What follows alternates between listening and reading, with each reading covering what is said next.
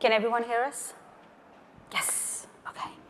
Well, good evening, everyone. I think this is the last session for today, so hopefully everyone has some coffee and is ready to walk through the presentations that we have lined up.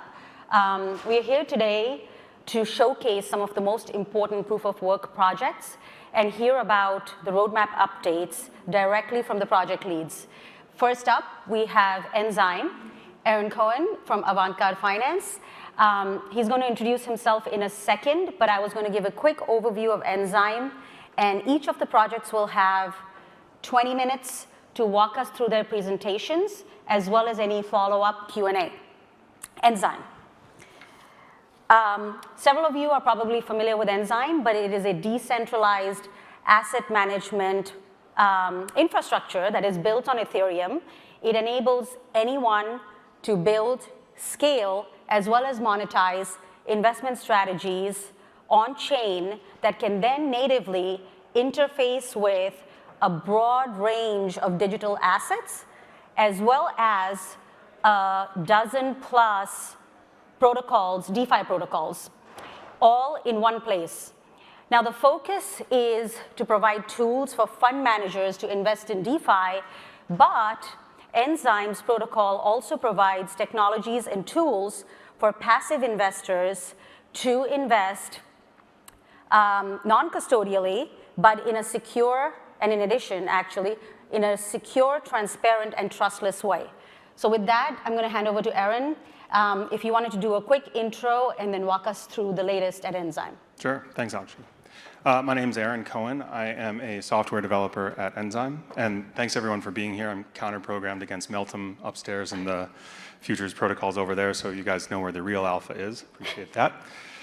I'm going to talk about the last year at Enzyme and sort of our roadmap going forward. So let me just figure out. Great. So 2021 was a good year for Enzyme. We launched V2 of the protocol in January. And after that launch, we saw sort of pretty serious growth in our AUM numbers, but also the distinct fund managers and the distinct investors who are interacting with the protocol. I think that's largely due to two new features of the protocol in V2. The first is fund upgradability. In V1 of the protocol, if you're a vault manager and you did the work of spinning up a vault, getting investors in it, allocating that capital, building a track record, if you wanted to upgrade to the next version of the protocol, you would have to get all those investors to redeem, start a new fund on the new version, and then have them reinvest, which is obviously a huge roadblock to scalability and is no longer the case in V2 of Enzyme. If you start a vault on Enzyme, you're guaranteed to always be it's always possible for you to upgrade to the newest version or not. That's up to you. The second thing was some improvements that were made under the hood. The protocol team made the adapters to the DeFi landscape much more modular. This meant that we could kind of iterate with more speed and introduce more integrations more quickly. So I think these two things basically allowed fund managers to start, or vault managers, excuse me, to start a vault with the assurance that they would always be able to upgrade and the understanding that we would be able to push out upgrades faster. That was reflected, I think, in these AUM numbers. And yeah, so that launched January, and we sort of spent the rest of the spring pushing out new protocol integrations. We added Aave, Curve, Idle, and Yearn post-launch. And we worked with a couple of large institutional investors, institutional in the sort of DeFi sense, investors to build custom adapters for them to use the asset, or them to use Enzyme for their purposes. And you can kind of see, I can't see the screen right there, but there's a pretty significant uptick around June that reflects success in one of those adapters. So that was it. In May, we started thinking about our next release, which is called Sulu, and I'm going to bring you through a little bit of what that looks like. I like to think of Sulu, well, one thing that Sulu does first and foremost is reintroduces token economics. So this means that the MLN token will become a work token once again, and I can go into that a little bit. But in terms of the actual protocol functionality, I like to think of Sulu expanding Enzyme on 3 axes. The first is extensibility, and I'm going to go a little bit into the weeds here because this is my personal favorite, and I think the one that kind of holds the most promise for future users of the protocol. So in order to explain why I'm excited about extensibility, I need to explain what a adapter contract does in Enzyme. They do three things. One is they allow a vault to interact with a outside protocol. So that's every DeFi protocol on Ethereum at the moment, or potentially. The second thing it does is control the actions that a vault and the vault manager can take. So think of compliance in terms of KYC and building lists of approved investors, or putting guardrails around your manager to say you can only invest in these protocols, that sort of thing. And the third is these adapters charge fees. So the managers of the vaults can, it ships with performance and management fees, but if they wanted to get creative with like some weird option structures, that's totally possible as well. So in the past, these contracts had to be approved by the Enzyme Council DAO in order to be integrated with the protocol. That means that every contract gets audited and then passed through kind of a approval process in front of the technical DAO, which is 10 members who vet it for quality and safety. That's no longer the case in Sulu. Basically, any developer can create a contract that allows a vault to interact with any other protocol out there. It can build any sort of compliance or rule for the fund to follow, and any sort of fee. This sort of opens up a huge space for product people and developers to build new cool stuff for vaults to do that we didn't necessarily have the bandwidth as the lead maintainers to do beforehand. We have in the past had community members build adapters. DeFi Italy built our synthetics adapter. A guy who I haven't met, but if you're here and you built the Pool Together adapter that we're releasing in Sulu, meet me afterwards because I'd love to chat. But this kind of opens up a huge exploration space for people to try. So I'm excited to see how developers and product people move forward with that. The second two dimensions that Sulu expands upon, one is composability. So I'm not positive if we're still using the money Legos analogy. I personally love it. My editor took a photo of Legos out of this slide. But Sulu will allow Enzyme Vault shares to become money Legos. Currently, if you invest in a vault, that's all you can do. You hope the vault share goes up, but the only thing you can do with it is sell it back or redeem it for its underlying value. In Sulu, you'll be able to transfer those vault shares anywhere. So again, the sort of creative space that's available widens dramatically based on the liquidity that's out there in the DeFi ecosystem. Like you can imagine, we're all addicted to leverage, so my first thought is that you could deposit these into a custom Kashi pool, borrow USDC against it, and then go out and buy something else. But there are all sorts of opportunities to play with that composability. The other thing that we're doing is introducing new protocol adapters, so that in terms of DeFi protocols, we have Pool Together ready to go for release in sort of end of Q4. I'm super excited about Uniswap v3 liquidity positions. We'll be able to do that and provide liquidity. We're working on some really interesting visualizations behind that. It's a really hard problem, but very cool. And then finally, there's usability. And this is sort of the low-hanging fruit from our Telegram, what people complain about on a regular basis. Gas relaying means that fund managers will no longer necessarily have to be charged the gas for the transactions they take on behalf of the vault. Sorry, I'm using vault and fund interchangeably. But the vault will pay for those transactions themselves. External positions, I wish it said debt positions because it means that you're now able to borrow. The Sulu launch is shipping with compound debt positions, but we have Aave in audit at the moment, so that'll come shortly thereafter. And then fund reconfiguration means that managers are able to reconfigure the settings of a vault kind of on the fly rather than waiting for for protocol updates. So I think if you look at the sort of universe of possibilities that's shipping with this Sulu release, it's as great or greater than the difference between V1 and V2. And I'm really excited to see where external developers go with the opportunities they have now, and I think that our numbers, AUM numbers and user numbers will increase kind of alongside that. Once Sulu's out the door, we're actually going to tackle the single most asked question in our Telegram, which is when L2.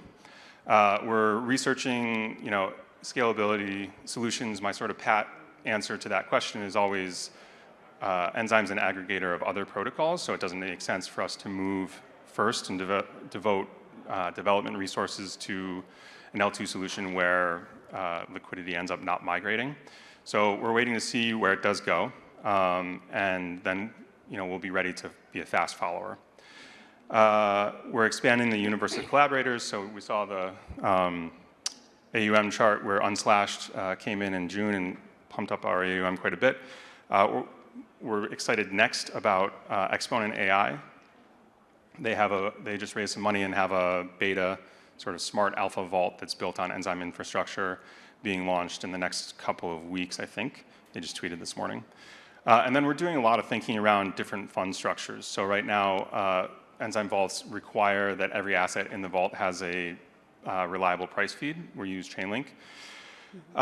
So that doesn't really work for NFTs or venture and private investments and that sort of thing. So we're working to figure out how to build the contract infrastructure for sort of non-traditional and venture-shaped funds. So yeah, that's it. I'm excited to answer any questions you might have. Great, thanks so much for that.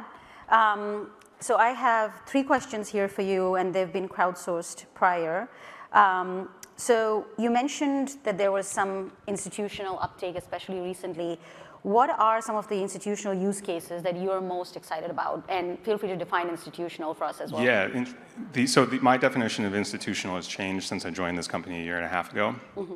And at that time, it was hedge funds or real asset managers looking to dabble in DeFi. And now, I guess I care if they come, but I'm sort of less interested. I now am more interested in DAO treasuries, because I think that they have the capacity to deploy huge amounts of money, and they want to access the protocols that we interface with.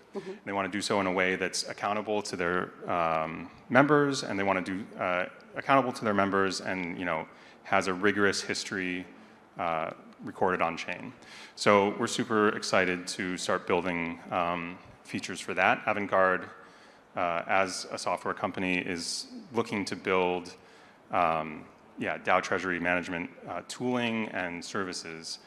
Mona and I actually just posted this morning in the Aave forum about a proposal that Llama had made last week. We kind of countered with some proposals of our own, and I think that Enzyme can be a really compelling use case for DAOs that don't necessarily want to, that are sitting on hundreds of millions of dollars and need to earn yield and aren't really sure how to do it. Got it. So in sort of line with that, you talked about developer teams and developers that you haven't met as well, developing on Enzyme. Yeah. And so what sort of developer teams are you hoping to attract, and what projects would you want them to be working on? So I think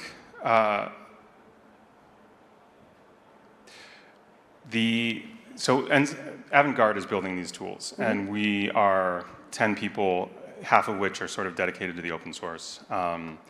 And the rest of us are supporting the open source, but also have now a roadmap to start building software to enable these institutions to use Enzyme. And we'll charge for that. I think I think we would love to see people who are interested in the enabling DAOs and their communities to interface more transparently with Enzyme. For example, the front-end app that we've built so far is very purpose-built for individual vault managers and their investors. But it doesn't necessarily take into account that all of the investors may want to see the same thing, or there are a lot of interesting ways for DAO transparency to evolve, and I think that if people want to tackle that problem from both a front-end perspective and a contracts perspective, we would love to see that and help when we can. Got it. I'm just sort of personally curious in that particular definition of institutions. Are you, how are you going about increasing, let's say, adoption or getting more users? And Yeah. I think, it's funny. I got involved in crypto through Twitter, and it's my main source of information, my main source of interaction with you all. But there's a lot of, I think what's beautiful about that is that there's a meritocracy of ideas. So we've been working on sort of building our own reputation on Twitter and on Discord and in the governance forums as people who have, as a firm that has forward-thinking ideas in terms of how DAO Treasury should be managed. So I think growing that use case will involve a lot more of those actions. So a lot more proposals in governance forums and a lot more participation in votes and that sort of thing. Got it. Sorry, I threw in that question right because of the discussion. And then you did talk about new token economics in your presentation. What can you tell us a little bit more details about what that might look like? Yeah, I actually have is it possible to go back to the slides? Yeah, I think that. Well, I can just talk about it. So Felix, actually, who's here, helped to spearhead a conversation about tokenomics last summer that was proposed initially by 3 other guys, and the conversation went on for a bunch of different months. And essentially, we've implemented a fee on assets under management. So anytime... There it is. Yeah. It's a different slide, I think. I got you. Okay, got it. Okay. There we go. Sorry. There we go. So I actually think that the way that this has been implemented is super interesting. Every time someone invests, redeems, or a vault gets upgraded, the protocol mints 50 basis points worth of that vault's shares and sends them to a contract controlled by the Enzyme Technical Council. The vault managers then have the option to buy back and burn those shares, and if they buy it back with MLN, they get a 50% discount. So then that melon is just sent to a 0 address and burned, and the shares are also burned. So essentially, MLN burn scales linearly with the AUM on the protocol. So you can imagine if Sulu generates the same sort of magnitude of increase in AUM. Currently, we're burning $375,000 worth of MLN a year. But if Sulu increases that AUM sort of at the same magnitude as the last release, that burn will increase along with it, which is super exciting. Great. And that sounds like a pain, that process, but there's an option to have it done automatically. So managers won't actually have to deal with going and calling the contract to buy their shares back.